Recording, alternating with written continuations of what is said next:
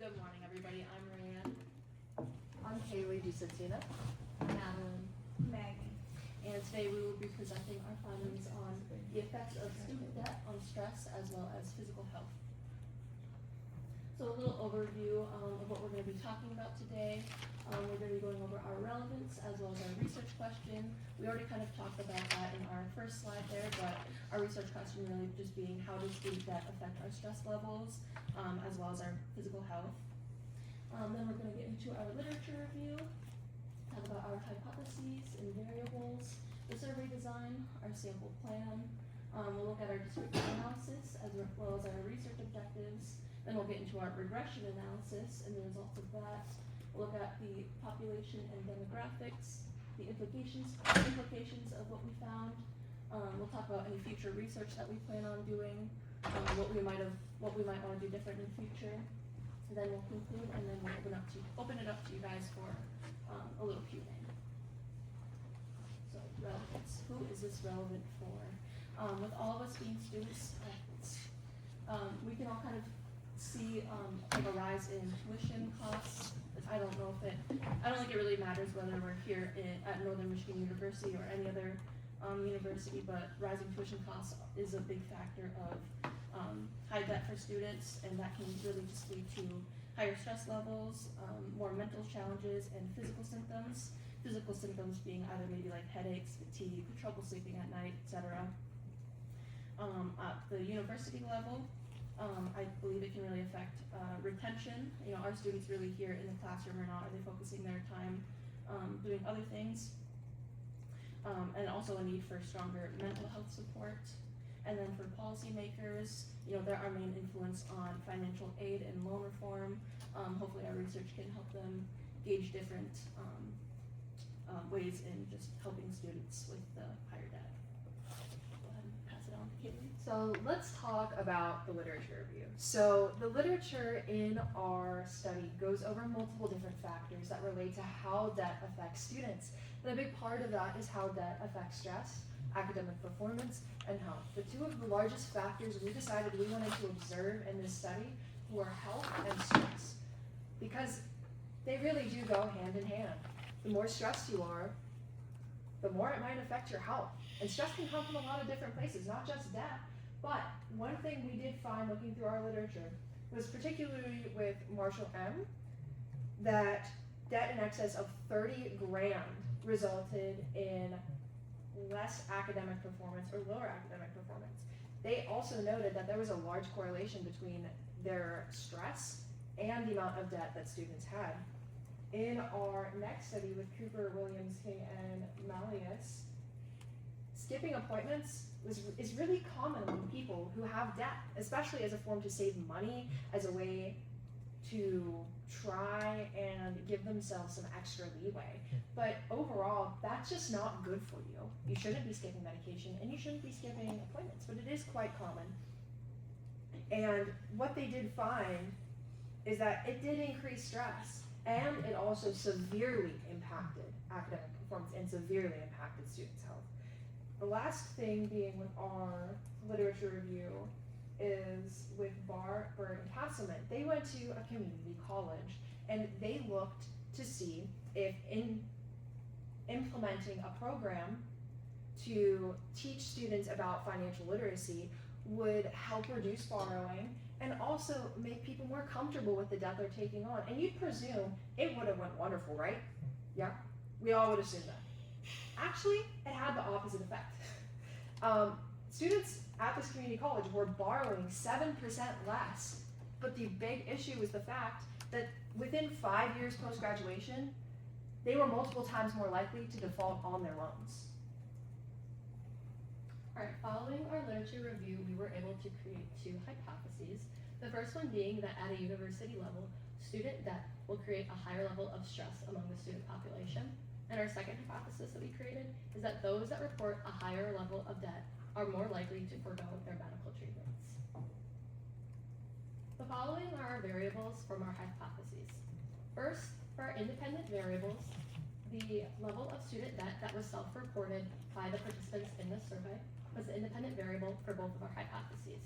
For our dependent variables, we have the level of stress that that was also self-reported by the individuals taking our survey.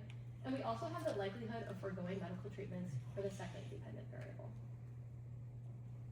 Now looking at our survey design, just like all of you guys, we used an online survey via Qualtrics. And just like what Maddie was saying with our hypotheses, we really wanted to focus on these two objectives, which would be tracking delayed healthcare use, measuring debt-related stress levels, and for our survey, we used multiple choice, Likert scale, and open-ended questions. And again, we wanted to focus on participation being anonymous and voluntary, just like all of you guys, where we really wanted to foster kind of like an openness where people are more open to like letting us know how they feel. So our sample plan, we wanted come one, come all to kind of be the notion here, because gender, we really wanted a nice diverse mix and a pretty even split between males and females. Income levels didn't really matter. We wanted different levels of income in order to be able to say, okay, does debt actually affect your stress levels and your healthcare options?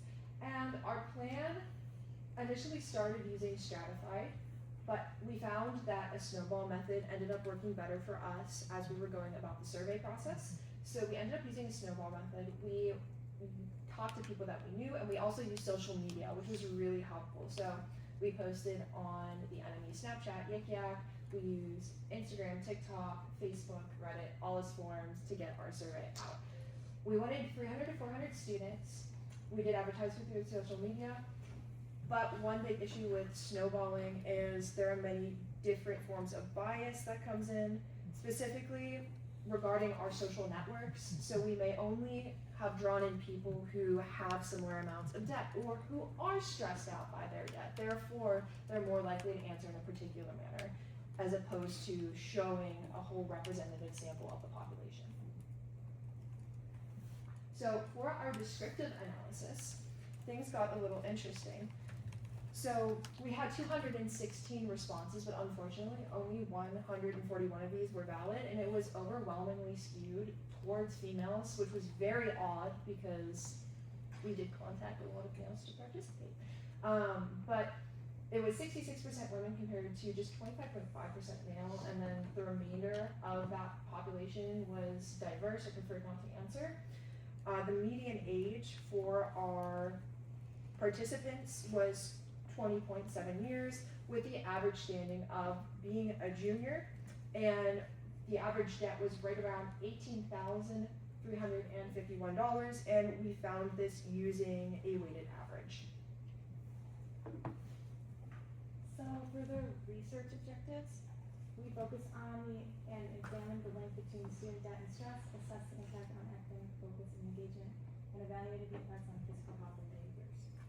So we aim to identify trends that can help universities and counselors and policymakers design more effective financial and mental health support systems.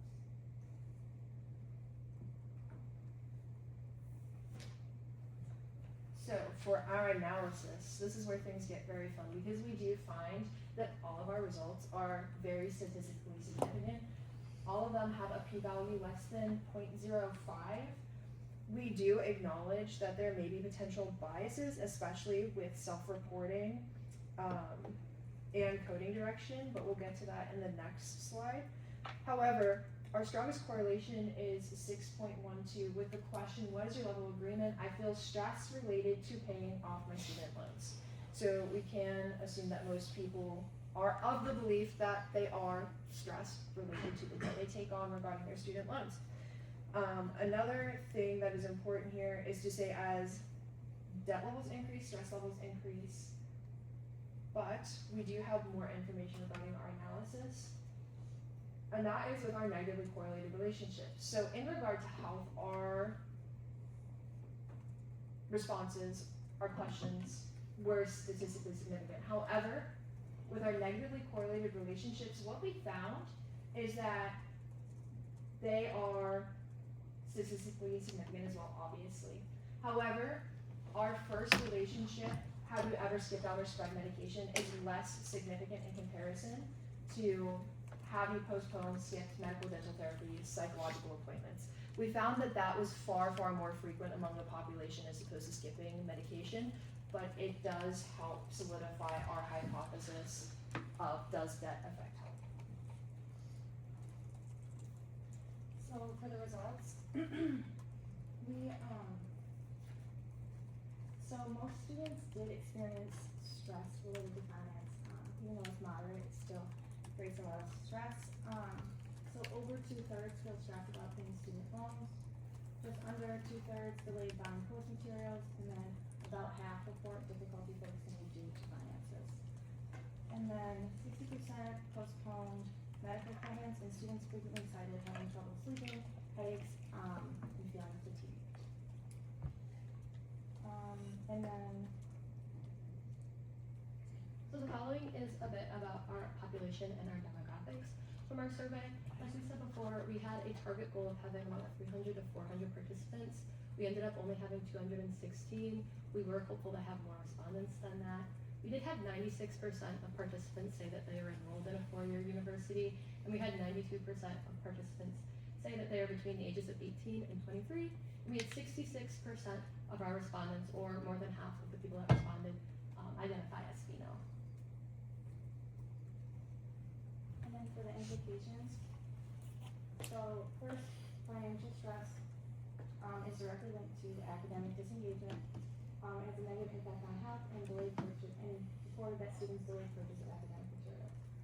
So universities need to focus on creating more mental health services, textbook assistance, and financial counseling, as well as offering some sort of affordable healthcare options. And then policymakers should consider any kind of debt relief strategies, such as financial literacy programs and support systems that reduce stress-induced academic barriers. So this study provides actionable insight into how rising tuition and student debt shape students in academic health outcomes. So if we were able to go back in time, or if we were able to start our research over fresh, these are some of the things that we would do differently. First, we would really hope to have a larger sample population size to work with. And we would also hope to just have like an extended period of time to actually collect the data. We would also hope to add more demographic questions to our survey as well.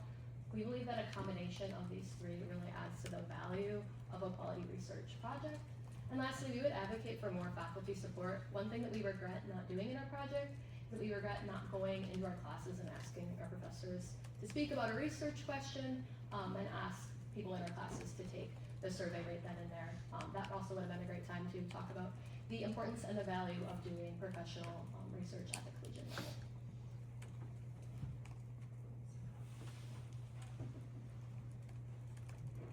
So our first hypothesis was at public university student loan debt will create a higher level of stress in the student population. This was found to be correct. And then our second hypothesis was those that report higher levels of student debt are more likely to forego medical treatments, and that was also correct. And thank you for listening. We all hope you have a successful finals week and a relaxing holiday break. Do you have any questions?